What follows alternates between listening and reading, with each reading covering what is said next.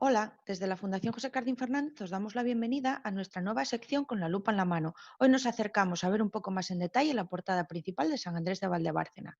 San Andrés de Valdebárcena es una iglesia que, como bien aparece citado en su lápida de consagración, es del año 1189. Podemos ver por su rica cantería y su decoración escultórica que estamos ante una de las iglesias románicas de mayor calidad del concejo.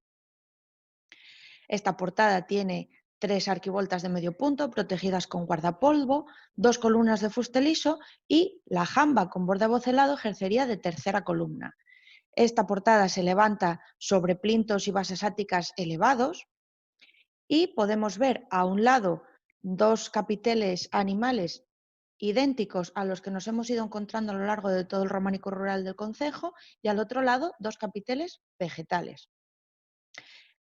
En las roscas de las arquivoltas, la decoración ya la conocemos, zigzag, el reticulado romboidal, las tetrapétalas, es algo tan típico como el resto del románico rural de Villaviciosa. En la parte superior, en el tejaroz, debido al estado de conservación, hay algunos relieves que no podemos identificar claramente, pero vamos a empezar por los que sí que podemos reconocer, como la primera metopa, que es la única vegetal de todo el tejaroz.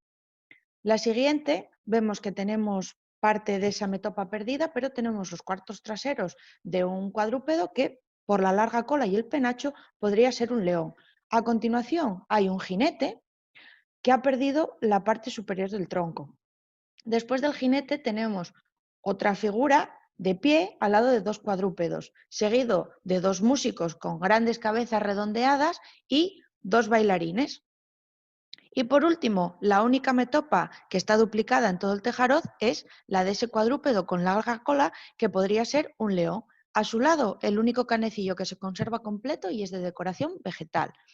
Y por último, os enseñamos la parte interna de esa puerta con dovelas decoradas, como podéis ver con esas aspas, y a ambos lados los goznes de la puerta originales. Con esto solo nos queda, como siempre, despedirnos y daros las gracias por vuestra curiosidad.